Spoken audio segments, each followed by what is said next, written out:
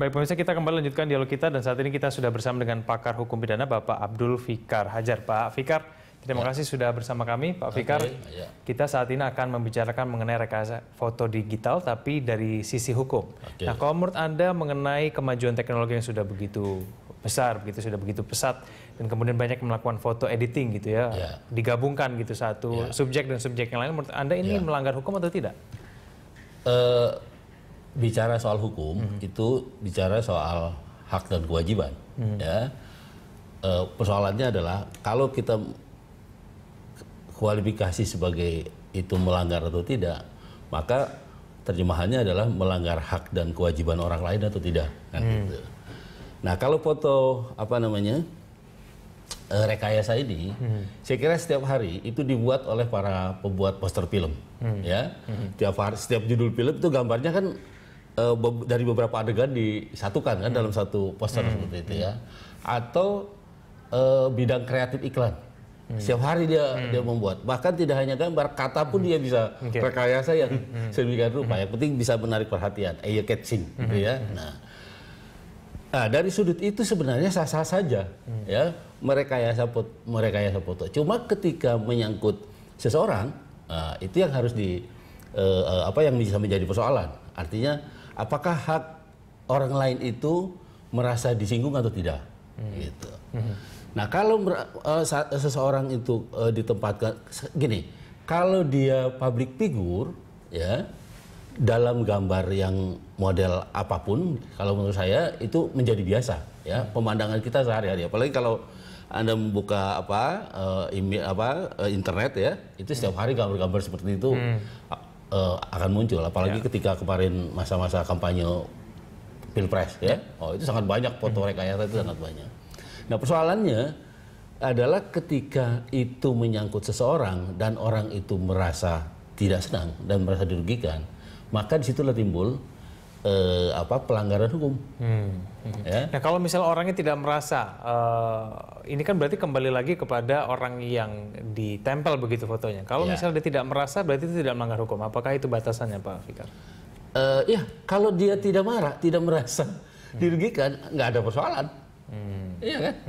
Malah kemudian itu disebar kemana-mana, umpamanya dia punya tujuan mengangkat dirinya sebagai public, itu membantu malah satu sarana kan, walaupun itu kejadian yang tidak benar umpamanya, ya kan?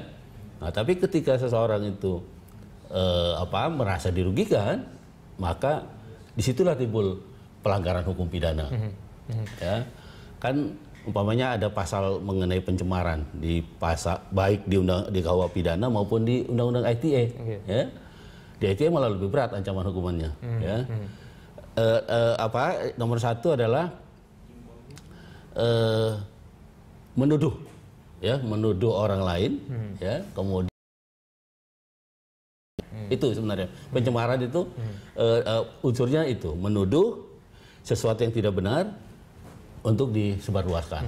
Nah, kalau di KUHP itu ancamannya ringan, cuma 9 bulan, atau kalau pakai gambar cuma 1 tahun 4 bulan. Tapi begitu masuk ke dalam dunia internet, ya, pakai undang-undang ITE itu bisa 6 tahun. Dan 6 tahun itu memenuhi syarat untuk orang ditahan kalau dituduh itu. Baik, kalau kita mengacu pada foto-foto yang dibuat tadi, Mas Agan Harap dari Jogja, kan menggabungkan ada foto penyanyi terkenal begitu dengan presiden begitu. Nah, itu menurut Anda tidak melanggar hukum begitu? Oh, tidak. Kalau menurut saya itu tidak. Ukurannya melanggar atau tidak kan gini. Ada hak subjektif seseorang yang dilanggar. Gitu. Ya.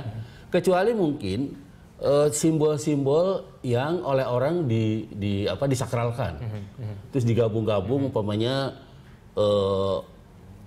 seorang pastor sedang nunduk ditaruh di gambar di depan masjid, umpamanya, itu kan akan menimbulkan kemarahan dari penganut agama tertentu, umpamanya, seperti itu. Nah, itu yang hal-hal seperti itu yang harus pasti itu pelanggaran hukum gitu.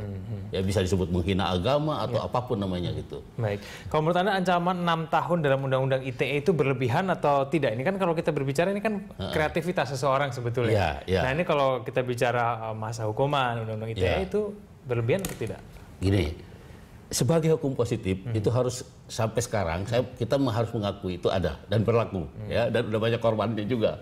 Bahkan ibu rumah tangga yang suaminya di PHK, gara-gara di PHK kemudian dia tulis di Facebook ngomel-ngomel terhadap atasan suaminya, kena di Jogja atau di mana gitu, walaupun akhirnya dibebaskan ya. Nah, yang ingin saya katakan adalah undang-undang itu sekarang adalah undang-undang hukum positif, undang-undang yang berlaku. Tetapi apakah itu adil? Maka kalau menurut saya harus dilihat kasus per kasus. Artinya apa? Yang menjadi persoalan adalah pada penerapannya, gitu. Kalau kasus-kasus yang ukuran kerugiannya kalau menurut saya bisa diselesaikan secara musyawarah, gitu ya, dan tidak menyinggung kepentingan umum, saya kira itu bisa diselesaikan, tidak diproses pun tidak apa-apa gitu sebenarnya. Tapi kalau ada rekayasa foto atau rekayasa apapun yang kemudian itu melanggar kepentingan umum atau ada kepentingan yang lebih besar terlanggar, dan sehingga menimbulkan umpamanya kemarahan publik dan segala macam, nah itu yang harus diterapkan. Intinya begini, kenapa 6 tahun itu diterapkan pada ITE? Kan sebenarnya supaya orang tidak mudah untuk melemparkan penghinaan, pencemaran, ada bahkan untuk perjudian, untuk kesusilaan, dan untuk ancaman juga kan, ada 4 model gitu ya.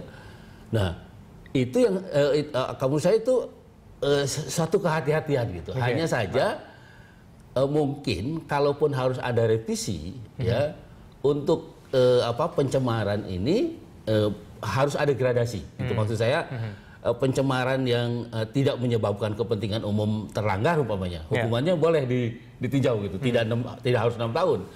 Umpamanya kembali ke KUHP cuma 9 bulan umpamanya, nggak ada masalah. Oke, gitu. baik.